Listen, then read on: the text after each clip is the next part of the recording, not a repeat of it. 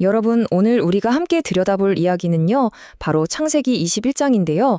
이게 그냥 고리타분한 상경 이야기가 아니라 웬만한 막장 드라마 저리 가라 할 정도로 아주 스펙타클한 가족 드라마입니다. 진짜 흥미진진해요. 자, 한번 상상해 보세요.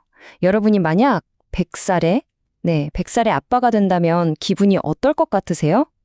아니, 솔직히 말해서 100살이면 이제 좀 편안하게 쉬셔야 할 나이잖아요.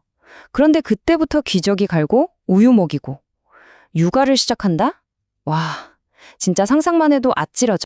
그래서 오늘 이야기는요, 이런 순서로 진행될 겁니다. 첫째, 100살의 아들을 얻은 이야기. 둘째, 그로 인해 벌어지는 한 지붕 두 아들의 갈등. 셋째, 광야에서 벌어지는 서바이벌. 넷째, 갑자기 웬 우물겹상. 그리고 마지막으로 이 모든 이야기가 우리에게 왜 중요한지까지 한번 쭉 훑어보겠습니다. 자, 그럼 본격적으로 한번 들어가 볼까요? 첫 번째 이야기는요, 100살에 얻은 아들입니다. 부제가 재밌죠? 100년을 기다린 농담의 결말. 이게 진짜 기적적이면서도 솔직히 좀 웃기기도 한 바로 그 이삭의 탄생 이야기거든요. 네, 바로 이 숫자, 100. 이게 바로 우리 주인공 새내기 아빠 아브라함의 나이입니다. 100살?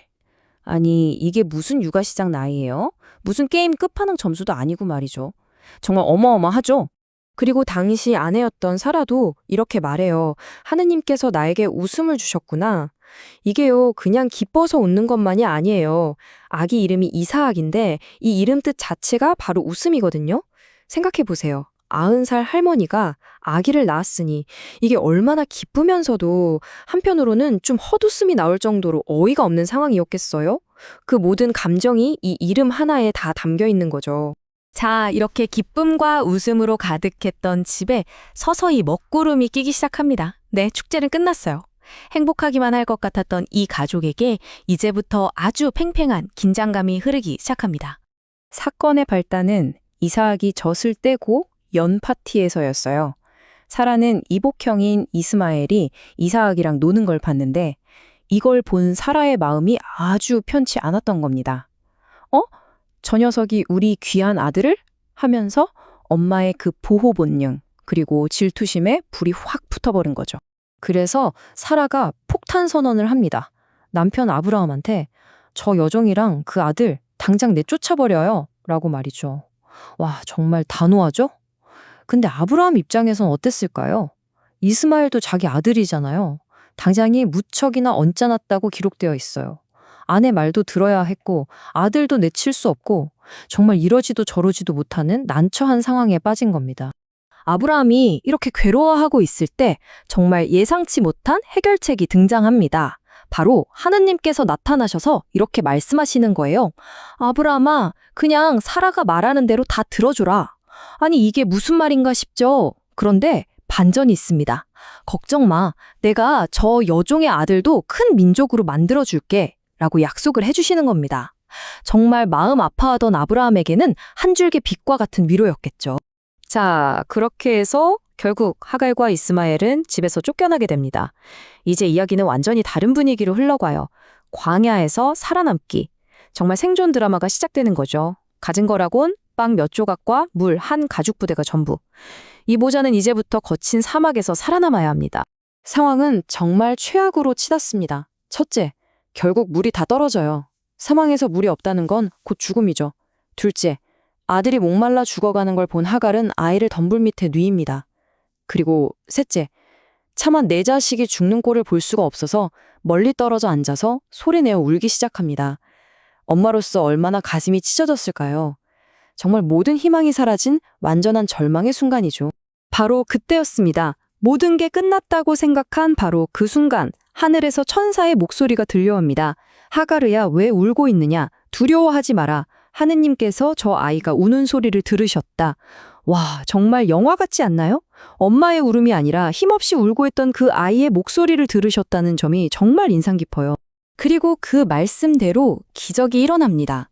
하느님께서 하갈의 눈을 밝혀주시니 바로 옆에 우물이 있었던 거예요. 그렇게 모자는 살아났고 약속은 계속해서 지켜집니다.